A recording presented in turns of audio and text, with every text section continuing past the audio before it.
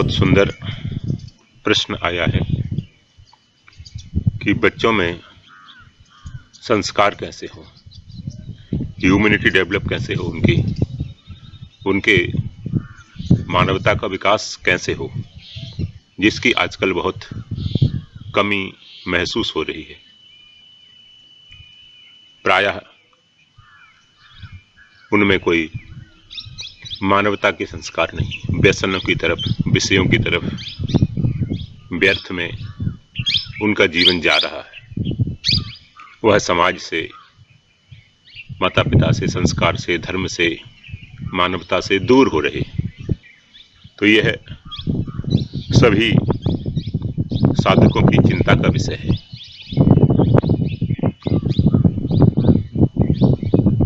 कैसे हम बच्चों को सुधारें, यह एक आज बहुत बड़ा ज्वलंत प्रश्न है। सबसे पहली बात तो यह है कि जैसे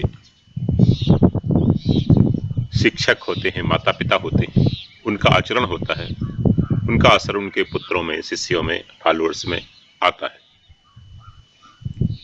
तो आचरण का प्रभाव, आचरण से शिक्षा जो मिलती है वो केवल कहने से नहीं मिलती।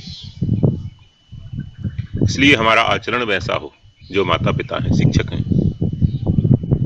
जैसे एक दृष्टांत हमने सुना है कि श्री रामकृष्ण परमहंस के पास एक व्यक्ति अपने छोटे बालक को लेकर आया, मजदूर अपने बालक को लेकर आया कि महाराज, इसकी एक प्रॉब्लम है, ये गुड़ बहुत खाता है, मीठा बहुत खाता है और मीठे से इसका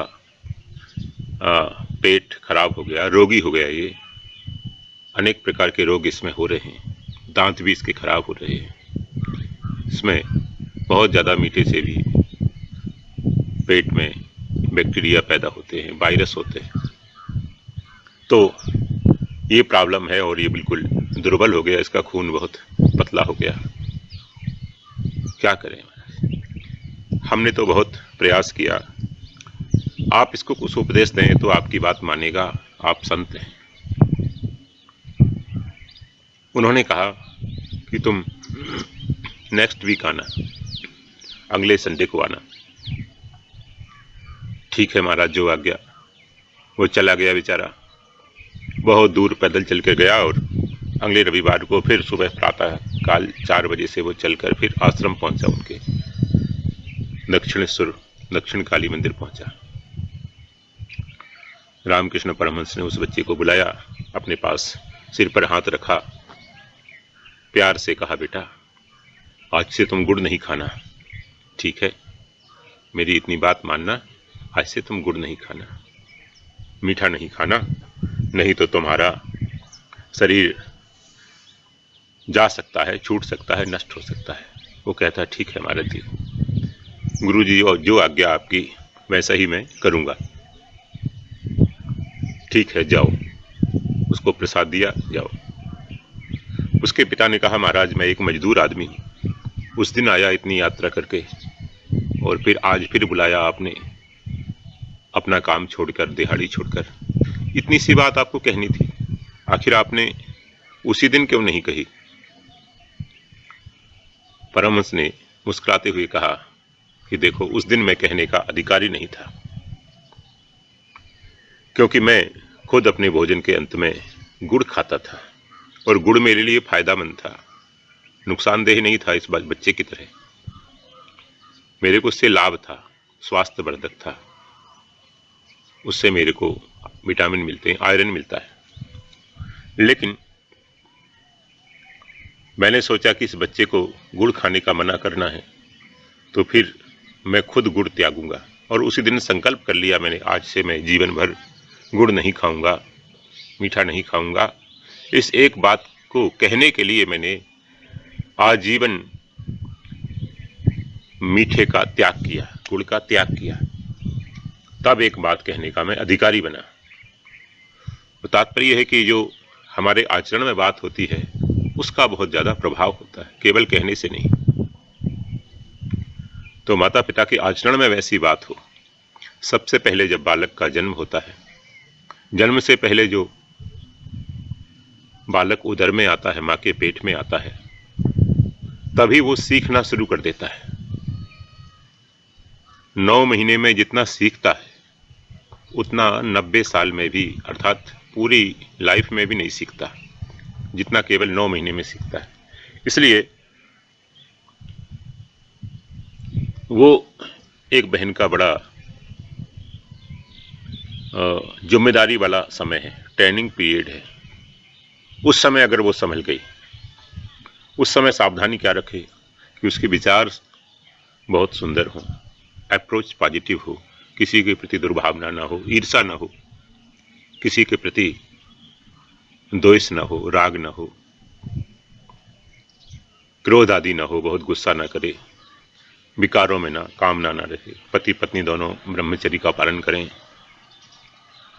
और उसके हाथ से कुछ न कुछ डोनेट कराएं, त्याग कराएं कुछ न कुछ उसके हाथ से, अच्छा साहित्य पढ़ाएं, अच्छा भोजन कराएं, अच्छे माहौल में उसको रखें। ये जिम्मेदारी जो घर में बड़ी माताएं हैं, उस बेटी की माँ है, उसकी सासू है, उनकी रिस्पॉन्सिबिलिटी बढ़ जाती है, क्योंकि वो तो खुद बालिका है, उसको इतना अभी नॉलेज नहीं है। उसको सिखाया जाए कि तू अब माँ बनने वाली है और माँ एक सर्वोच्च पद है, विश्व का सबसे बड़ा पद है माँ, उससे बड़ा कोई पद नहीं, कोई पोस्ट नहीं उससे बड़ी।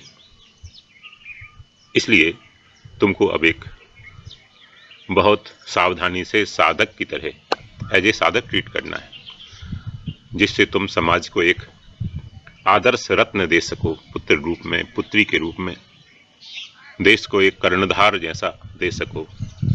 तो उसी तरह प्लान से उसको जीना है, काम करना है, तो एक बहुत अच्छी वो कृति समाज को दे सकती है।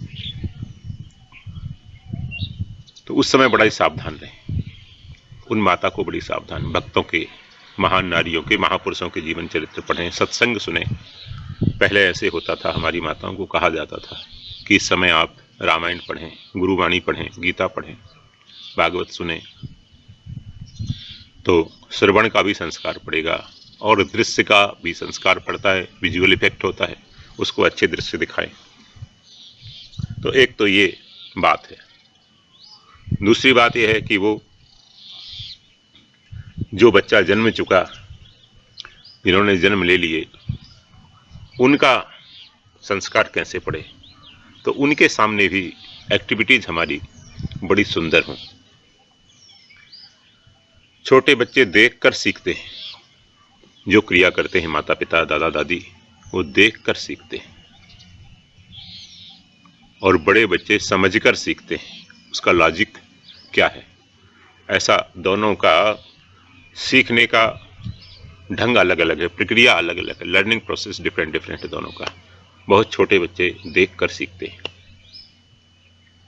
पहले दूसरे महीने से भी वो देखना शुरू कर देते हैं, क्या कर रहे हैं माता जी, क्या कर रही है मेरी माँ, क्या कर रही है, पूजा कर रही है, आरती कर रही है, किसी को कुछ दे रही है, डोनेट कर रही है, श्रृंगार कर रही है, डांस कर रही है, उसकी एक एक एक्टिविटीज वो देखता रहता है और अपने कैमरे में वो उसको कैच करता रहता है। इसलिए बच्चों के सामने पवित्र आचरण हो, बहुत उनको गोद में लेकर आप आरती करें, ठाकुर जी की पूजा करें, और किसी को कुछ देना हो तो उस बच्चे के हाथ से हाथ पकड़कर उसको दिलाएं। देने का संस्कार बच्चे में आएगा, पूजा का संस्कार बच्चे में आएगा। बच्चे के सामने बड़ों को प्रणाम करें। उस बच्चे के माता पिता जो हैं वो अपने माता पिता को, अथवा घर में जो बड़े हैं, नहीं तो भगवान के मंदिर में, गुरुद्वारे में, जहाँ भी आप जाते हैं वहाँ प्रणाम करें, मत्था टेकें। तो बच्चा देख कर सीखता है, वो प्रणाम करना सीखेगा, वो रिस्पेक्ट करना सीखेगा, वो देना सीखेगा। नहीं तो आजकल जो रिवाज चल रहा है उसके अनुसार तो बच्चे माता पिता को जल भी नहीं देंगे, अपने पास रखेंगे नहीं। अब वृद्धाश्रम की परंपराएं शुरू हो रही हैं, इसलिए शुरू हो रही कि संस्कारहीन संतान को हम लोग जन्म दे रहे हैं, यही कारण है, और कोई कारण नहीं है। जैसे गायों को छोड़ देते हैं तो बेचारी धक्के खाती हुई घूमती हैं। कुछ अच्छे आप लोगों जैसे महानुभाव मिलकर गौशालाओं का निर्माण करते हैं, वहाँ सेवा करते हैं। तो गौशालाओं की आवश्यकता क्यों पड़ी? क्योंकि हमने गायों को घर से छोड़ दिया। ठीक वैसे ही वृद्धाश्रम की आवश्यकता पड़ रही है।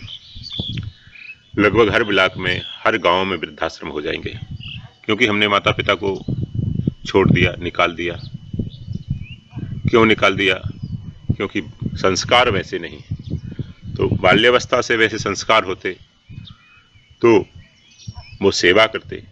इसलिए सेवा का संस्कार उनमें। अतिथि आए तो बच्चों से सेवा कराएं। नहीं महाराज, ये बच्चा पढ़ रहा है, किसी के घर हम जाते हैं तो बच्चे को प्रणाम कराने भी नहीं लाते। हम प्रणाम नहीं चाहते, लेकिन बच्चों में संस्कार कैसे पड़ेंगे? वो प्रणाम नहीं करता, वो झुकना नहीं जानता।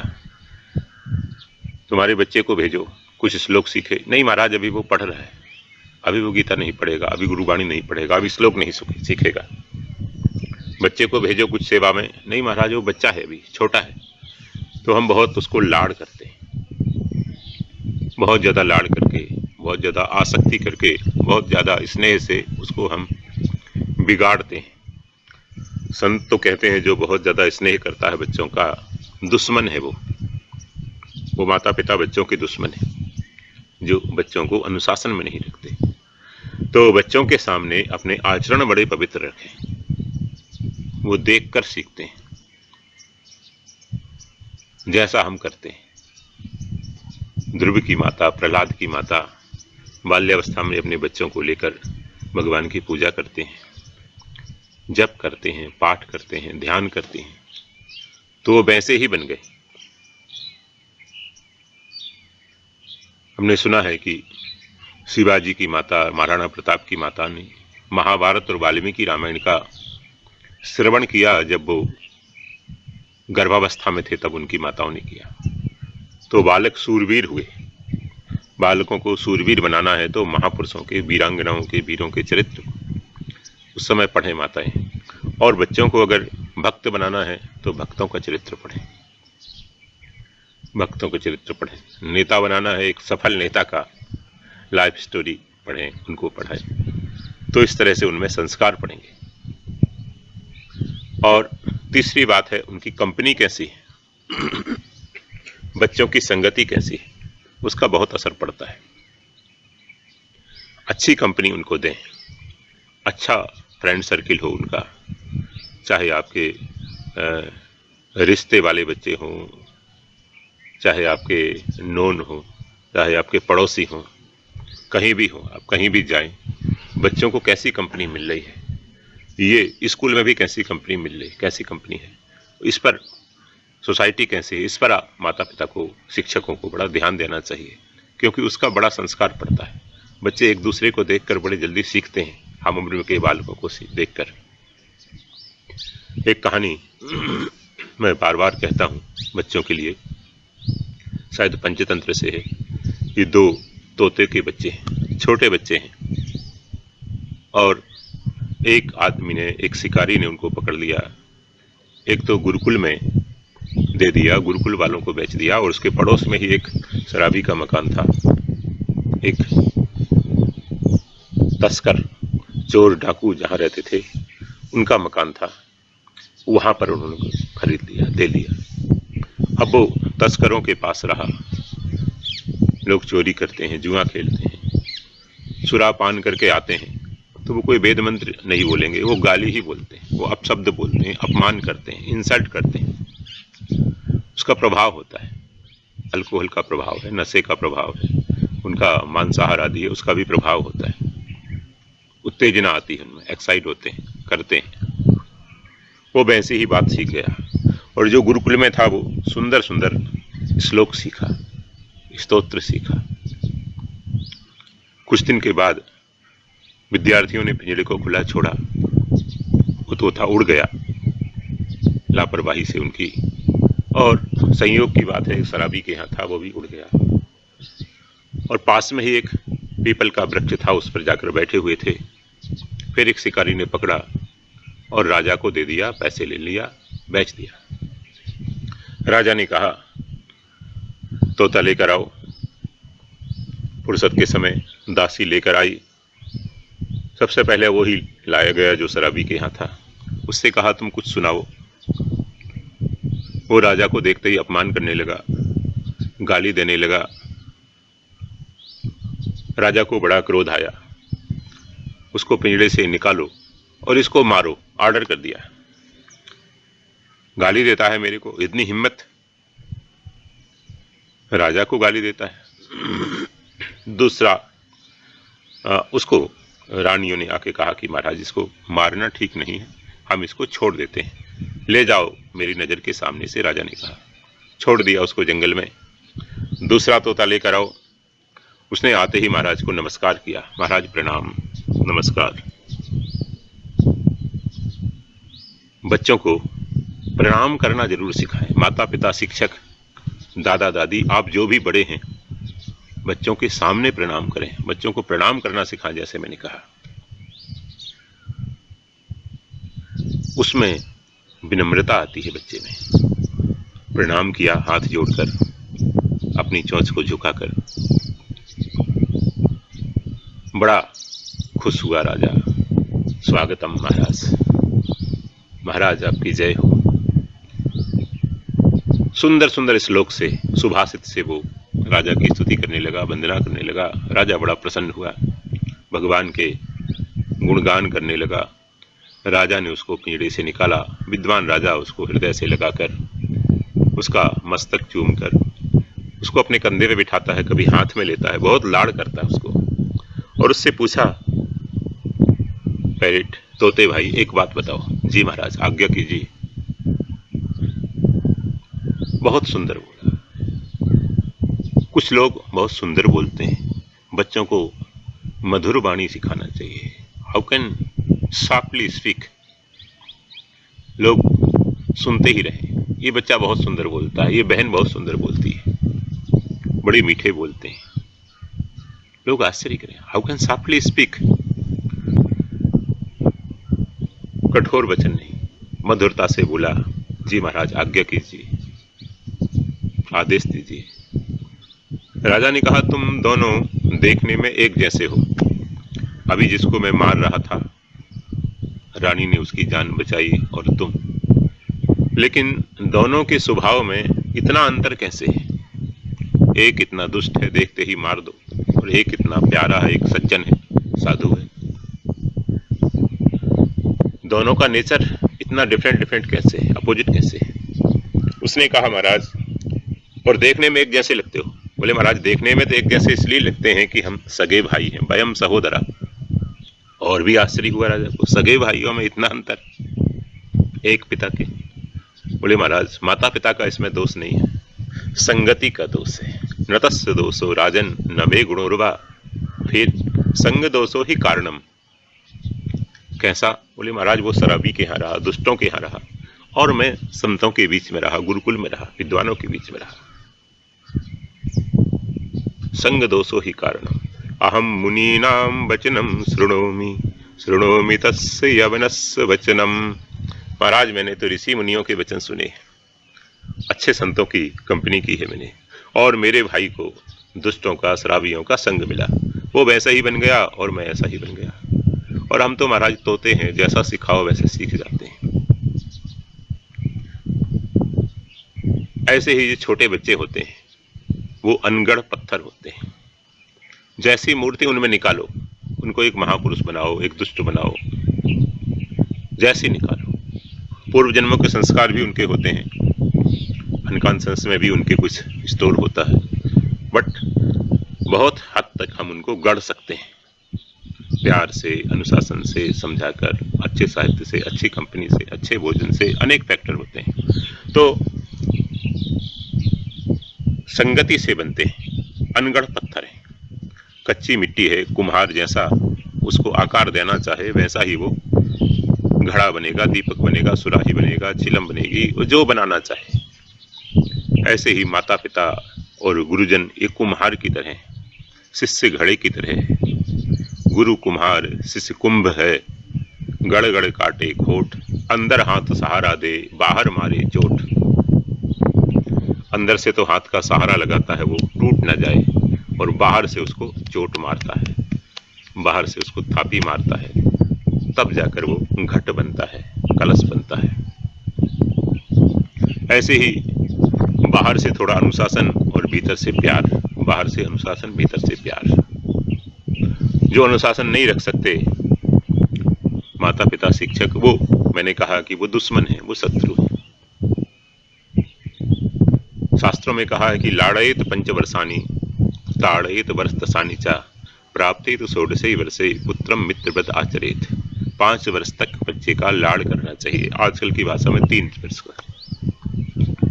फिर 5 से लेकर 6वें वर्ष में झगड़े, तब से 15 वर्ष तक 10 वर्ष ताड़ना करना चाहिए। तो 5 वर्ष लाड़ और 10 वर्ष ताड़ना। ताड़ना का अर्थ शिक्षा होता है। ये ताड़ना के अधिकारी, सकल ताड़ना के अधिकारी, शिक्षा के अधिकारी, संस्कारों के अधिकारी। कई लोगों ने इसका गलत अर्थ किया है, लेकिन ताड़ना का अर्थ शिक्षा है। वो शिक्षा प्यार से भी होती है, अनुशासन से भी होती है।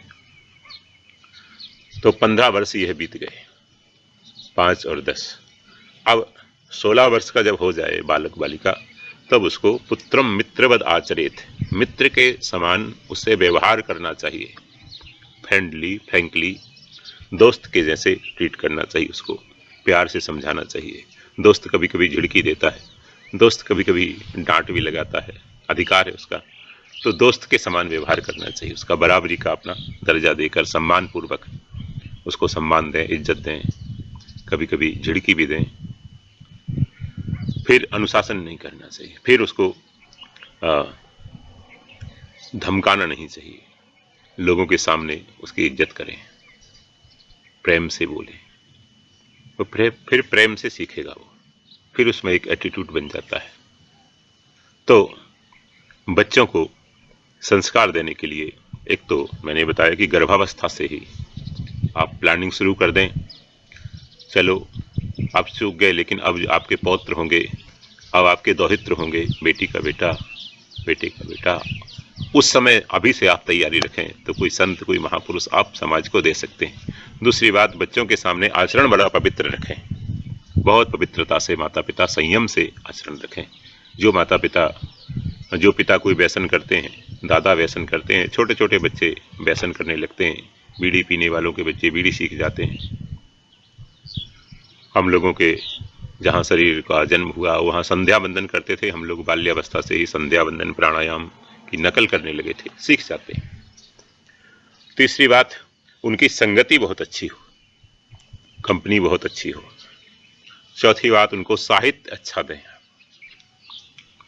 लिटरेचर अच्छा दें, महापुरुषों के, महान नारियों के जीवन चरित्र बालक बालिकाओं को पढ़ने को दें। और ना पढ़ें वो उनके रूम में रख दें। आजकल कॉमिक्स में, चित्रकथा में बहुत सुंदर सुंदर साहित्य उपलब्ध है, वो कभी न कभी पढ़ेंगे, कभी न कभी देखेंगे, एक आध उसमें पैराग्राफ भी पढ़ेंगे, कुछ न कुछ बात उनको आएगी समझ में। और उनको दृश्य देखने को दें, महापुरुषों के जीवन पर जो फिल्म बनी हुई है, छोटी छोटी डॉक्यूमेंट्री, तुकाराम जी, एकनाथ, नामदेव, संत ज्ञानेश्वर, संत कबीर, श्री गुरु नानक देव जी महाराज, तुलसीदास जी महाराज, मीरा जी, सखूबाई, कर्माबाई, बहुत संतों के आपको मोबाइल में मिलेगी, गूगल में मिलेगी ये सब चीज़ें। तो आप उसका भी सदुपयोग करें और उन बच्चों को वो दें। रोज़ एक स्टोरी इसमें से सुनो, फिर उसका समरी हमको सुनाओ, फिर उसका सार हमको सुनाओ। ऐसे बच्चों की आप ड्यूटी लगा दें। रोज ना कर सकें तो हर रविवार को सुनाएं। उनको दृश्य का प्रभाव पड़ता है, विजुअल इफेक्ट पड़ता है। फिर एक बात यह है कि बच्चों को आप किसी अनाथ आश्रम में, गौशाला में, हॉस्पिटल में, कुष्ठ आश्रम में, संतों के आश्रम में, ऐसे कहीं ले जाएं, सेवा केंद्र में रविवार को। वहीं पर आप भोजन करें, वहीं पर कराएं पहले संतों को। तो बच्चों के हाथ से कुछ सेवा कराएं, 1 घंटे 2 घंटे का टारगेट उनको दें कि आज हमको यहाँ पर सफाई करनी, आज हमको यहाँ पर इसको व्यवस्थित करना है, आज हमको वृक्षों में जल देना है, आज गौ माता की सेवा करना है, आज मेडिसिन देनी है रोगियों को, आज हमको भोजन सर्व करना है, खाना बांटना है। इस तरह से बच्चों को आप लेके जाएं और उनके हाथ से खेल खेल में बच्चों को आनंद आएगा, एक पिकनिक भी हो जाएगा।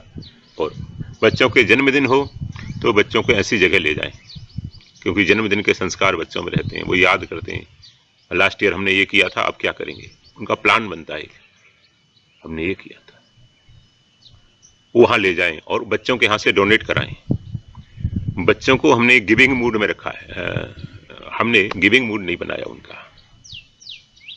वो लेना लेना जानते हैं, देना नहीं जानते, गिविंग मूड नहीं उनका, वो लेना लेना जानते हैं। इस बर्थडे पे मेरे को क्या मिलेगा, इस बर्थडे उस पर घड़ी मिला था मेरे को, इस बार मोबाइल मिलेगा, इस बार कंप्यूटर मिलेगा, इस बार साइकिल मिलेगी, मामा क्या लाया है, अंकल क्या लाए हैं, मौसी क्या लाई है, वो सब प्लानिंग चलती है उनकी, फ्रेंड क्या लाए हैं, हमने क्या दिया है। अब प्रोग्राम ये बनाएं कि हमने क्या दिया है, नेक्स्ट जो बर्थडे हुआ आज बच्चों का, उसमें आप एक प्लान बनाएं, हमने क्या दिया है, क्या डोनेट किया हमने। आज हमने भोजन डोनेट किया सबको, आज हमने एक गौ माता डोनेट की है, आज हमने एक साइकिल डोनेट की है एक बच्चे को जो स्कूल जाता है पैदल, उसके लिए एक स्कूल बैग दिया है। ऐसे कुछ आप जो नीडी हैं उन बच्चों के लिए कुछ वस्तुएं खरीद के रखें और बच्चों से दिलाएं बर्थडे के दिन, और उनको वहां ले जाएं। केक काटना, मोमबत्ती बुझाना, सब आप नकल क्यों करते हैं, आप नकल ना करें, तो बच्चों को बर्थडे पे भी संस्कार पड़ता है। इसलिए आजकल ये इवेंट भी आपको बनाना है, अपने घर में लेके जाए, कोई संत आपके आसपास है वहां लेके जाएं, वहां कीर्तन करें, कुछ देर कुछ दें, देना सिखाएं। रिसीविंग मूड में हर समय बच्चे रहते हैं, इसको आपको बदलना है, ये चैलेंज है आपके सामने, कैसे बदल सकते हैं। देना सिखाओ उनको, उनके हाथ से दिलाओ, बच्चों में देने का संस्कार पड़ेगा। उस दिन बच्चों से डोनेट कराओ, विशेष डोनेट कराओ, हर संडे कराओ। घर में एक गुल्लक रखें, आप डोनेशन बॉक्स रखें छोटा सा, गौशाला का, किसी आश्रम का, किसी कुष्ठ आश्रम का, हॉस्पिटल का, कोई भी चैरिटी जहां होती, और उनके हाथ से रोज उसमें चैरिटी कराएं। 1 रुपया, 2 रुपया, 5 रुपया, 10 रुपया, जितने आपका दिल है, जितनी आपकी सामर्थ्य है। दिल तो आप लोगों का बहुत बड़ा है, लेकिन उसको बच्चों में भी उसको परिवर्तन करना है, बढ़ाना है। उनमें एक कृपणता का, कंजूसी का, लालच का भाव डेवलप ना हो, ये भी आपके सामने आपको एक होमवर्क दे रहा हूं मैं। तो इस तरह से बच्चों से आप सेवा में लगाएंगे, उनको एक एक कहानी आप रोज सुनाएं, जैसे दादी माँ सुनाती थी, उनको मनाएं। जब बच्चे खुश हों तो उनको बार बार अच्छी बात समझाएं कि बेटा ऐसा नहीं करते, बेटा ऐसा करते। कोई मिठाई आए तो बेटा दूसरों को देना है, दूसरों को देना है, पहले हट नहीं करना, बेटा किसी बात को लेकर हट नहीं करना। इजी गोइंग नेचर बनाए उनका, उनको बार बार समझाएं, सरलता रखनी है, बात माननी है, विनम्रता रखनी है, रिस्पेक्ट करनी है। फिर जब मौका आए तो उनको एक बार फिर रिपीट करो कि देखो हमने समझाया था ना, हमने कहा था ना, ऐसा करना है, उस दिन स्वामी जी ने क्या कहा था, कैसे करना है, वैसे ही करना है। तो इस तरह से अनेक आइडिया आपके अंदर आ सकते हैं, आप उनको जोड़ सकते हैं। और कुछ आपके मन में आ रहा हो आप लोगों के तो बताइए, और क्या कर सकते हैं।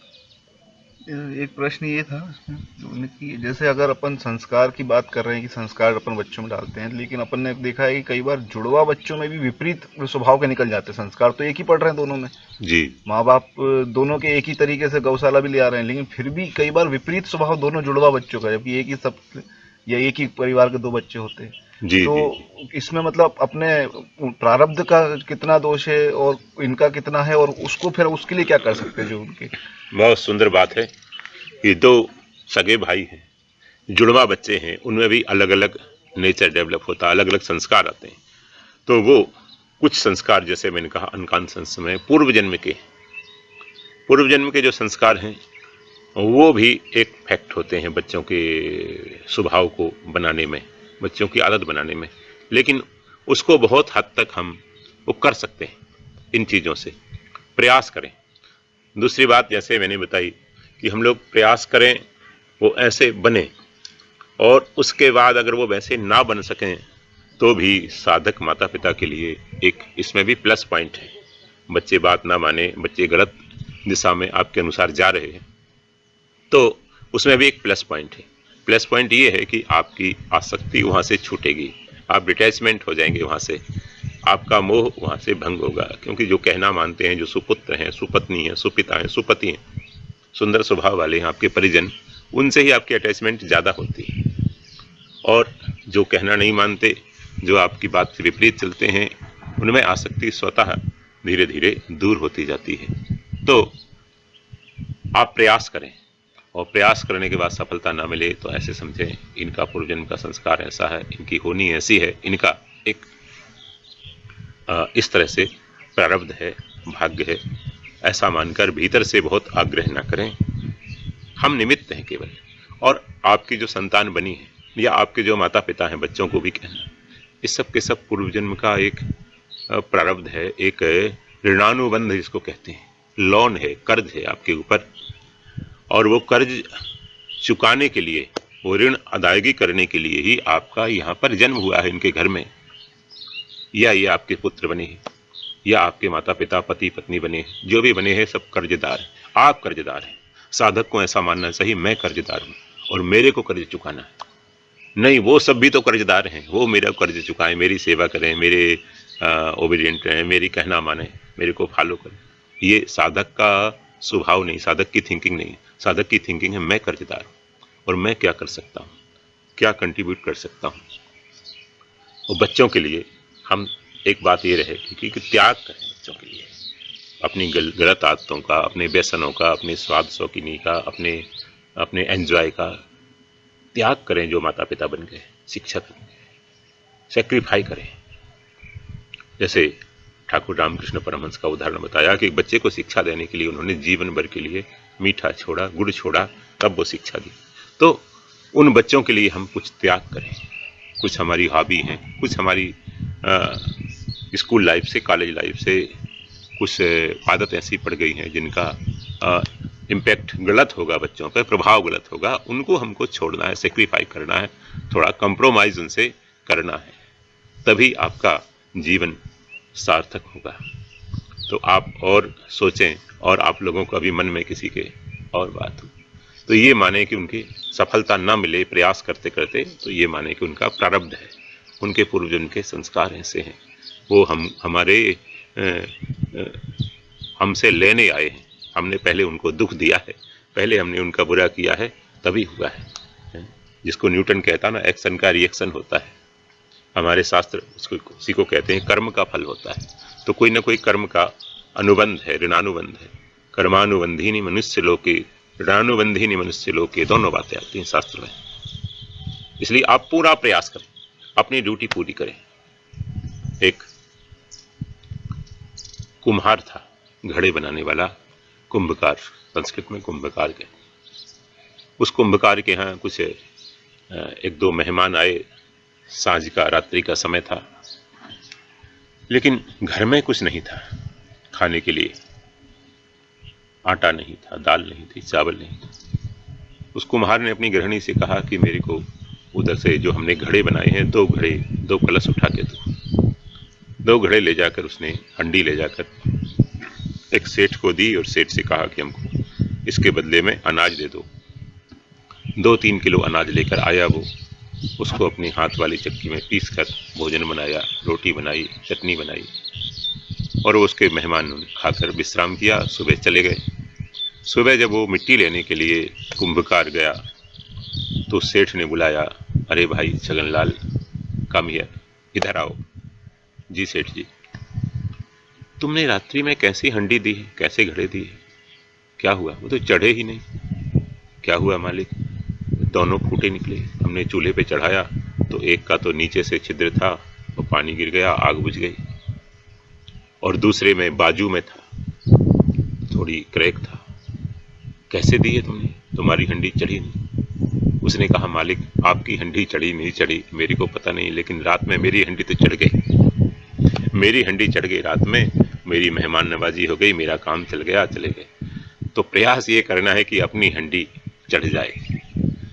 उसने उसको इसका एक पक्ष लेना है, किसी को धोखा नहीं दो, अपना स्वार्थ सिद्ध नहीं करना इससे, लेकिन अपना जीवन को हमको साधना है, सफल बनाना। साधक वही जो जीवन को साध ले, उसकी हंडी चढ़े ना चढ़े, हमारी चढ़ जाए। प्रयास करें उनकी भी चढ़े, बच्चों की भी चढ़े, माता पिता की भी चढ़े, भाइयों की भी चढ़े, लेकिन हमारी हंडी चढ़ जाए, हमारी हंडी कहीं कच्ची न रह जाए, टूटी न रह जाए। फिर उसने उस सेठ को दूसरी हंडी दी, लेकिन एक शिक्षा देने के लिए उसने कहा कि महाराज मेरी हंडी चढ़ गई। तो एक कहावत बन गई जब से, कि अपनी संतों में कहावत है कि अपनी हंडी चढ़ाना है, अपनी हंडी को सिद्ध करना, अपने चावल पकाना है हमें, वो कच्चे ना रह जाए।